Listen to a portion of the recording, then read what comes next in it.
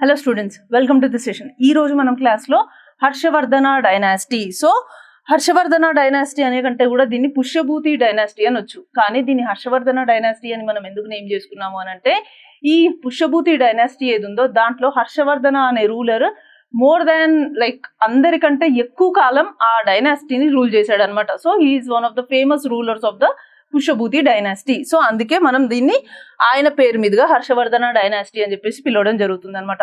So ఈ రోజు ఈ టెస్ట్ ఎక్స్ప్లెనేషన్ లో భాగంగా హర్షవర్ధన డైనాసిటీ గురించి, socio economic, religious and administrative functions గురించి ఏమేమి ఉన్నాయి, అండ్ అక్కడ కోర్టు పోయిట్స్ ఎవరున్నారు, వాళ్ళ లిటరరీ వర్క్స్ ఏంటి, వాటన్నిటికీ సంబంధించిన టెస్ట్ ఎక్స్ప్లెనేషన్ చూద్దాం. Question number 1. During the reign of which king did the Chinese traveler Huan Sang, known as the Prince of the Pilgrims or the King of the Travelers, visited North India?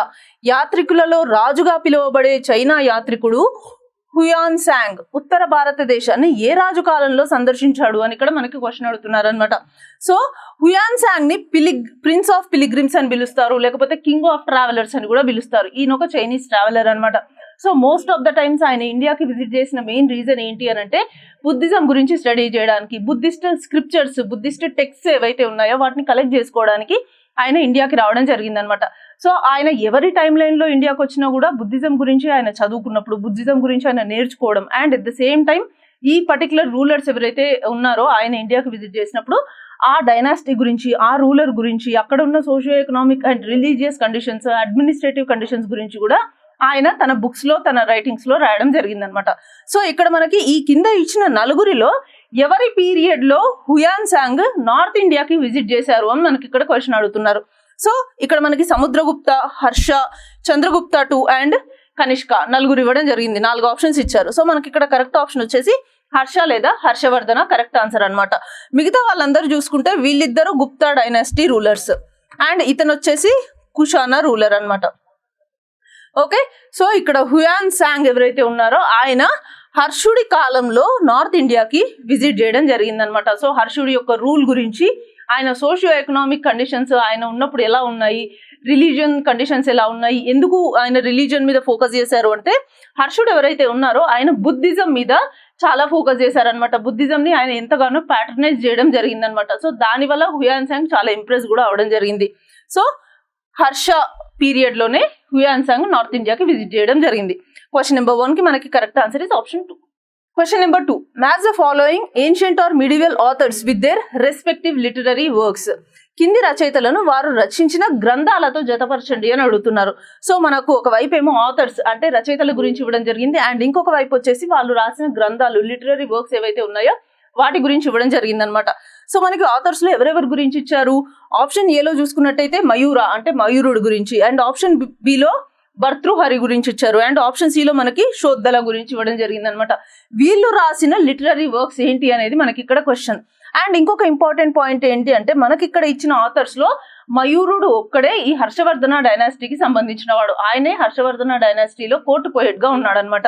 మిగతా వీళ్ళిద్దరు భర్తృహరి, శోద్ధల ఎవరైతే ఉన్నారో వాళ్ళు Harshavardhana dynasty టైంలో లేరు. ఓకేనా?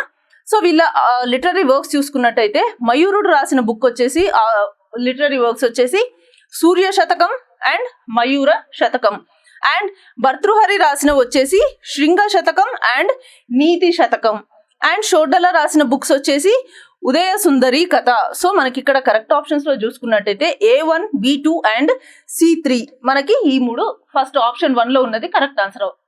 Next question number 3. Banabhatta, one of the Harshavardhana's court poets, wrote a biography of Harshavardhana. What is the actual name of this book? So హర్షవర్ధుని ఆస్థాన కవులలో ఒకరైన బాణభట్టు హర్షవర్ధనుని జీవిత చరిత్రను రచించడం జరిగిందనమాట.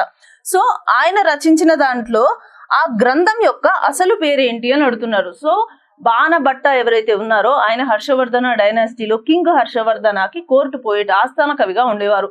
సో ఆయన హర్షవర్ధన దగ్గర ఆస్థాన కవిగా ఉన్నప్పుడు ఆయన హర్షవర్ధనుడి గురించి, ఆయన లైఫ్ గురించి ఒక బుక్ రాయడం జరిగింది అనమాట. సో ఆ బుక్ యొక్క నేమ్ ఏంటి అనేది మనకి ఇక్కడ క్వశ్చన్.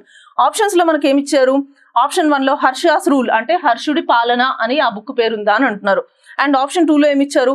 హర్షాస్ వరల్డ్ హర్ష లోకము, అండ్ ఆప్షన్ 3 లో మనకి ఏమి ఇచ్చారు? హర్షాస్ కింగ్డమ్ హర్షుడి యొక్క రాజ్యము, అండ్ ఆప్షన్ 4 లో ఏమి ఇచ్చారు?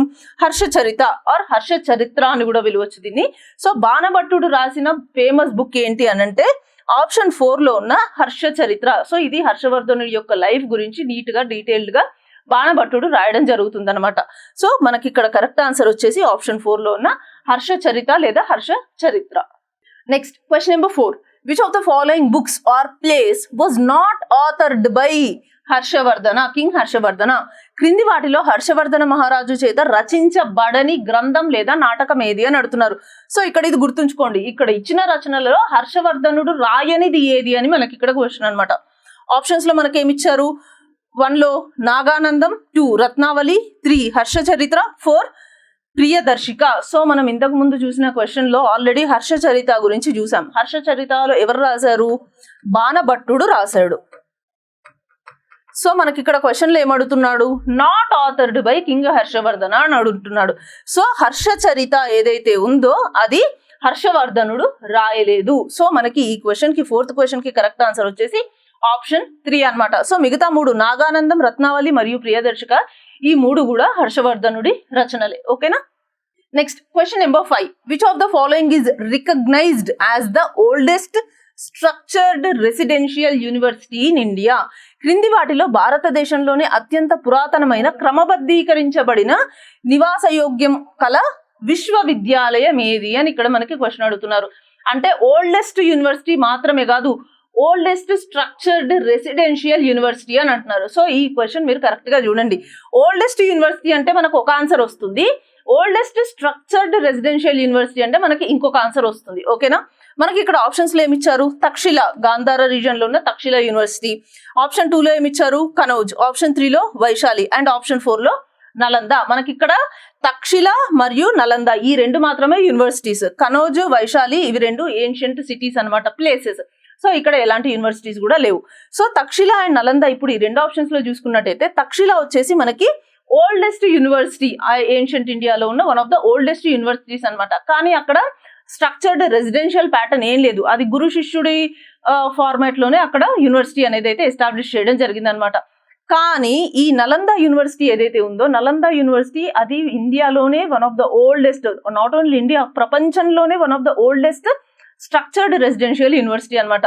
ఏంటి స్ట్రక్చర్డ్ రెసిడెన్షియల్ యూనివర్సిటీ అంటే అక్కడ ఓన్లీ గురు శిష్యుల మధ్యలో సంబంధం, అంటే ఓన్లీ గురువు ప్లస్ అక్కడ కొంతమంది శిష్యులు ఉంటారు, వాళ్ళకి పాఠాలు చెప్తారు, ఈ సంస్కృతం ఇవన్నీ చెప్తారు, వేదాలు చెప్తారు. అట్లా మాత్రమే కాకుండా వాళ్ళకి స్టూడెంట్స్ ఎవరైతే వేరే వేరే ప్లేసెస్ నుంచి వస్తారో వాళ్ళకి రెసిడెన్షియల్ అవైలబిలిటీ కూడా ఉంటుంది, and at the same time అంటే అకామిడేషన్ ఉంటుంది, and at the same time వాళ్ళకి లైబ్రరీస్ ఉంటాయి, స్ట్రక్చర్డ్ లెక్చర్ హాల్స్ ఉంటాయి. అవన్నీ చాలా నీట్ గా వెల్ మెయింటైన్డ్ గా ఉండేవి అనమాట. సో ఇక్కడ మనకి క్వశ్చన్ లో కూడా అదే అడుగుతున్నారు, ఓల్డెస్ట్ స్ట్రక్చర్డ్ రెసిడెన్షియల్ యూనివర్సిటీ అంటున్నారు. సో అప్పుడు మనకి ఆప్షన్ 4 లో ఉన్న నలంద యూనివర్సిటీ కరెక్ట్ ఆన్సర్ అవుతుంది.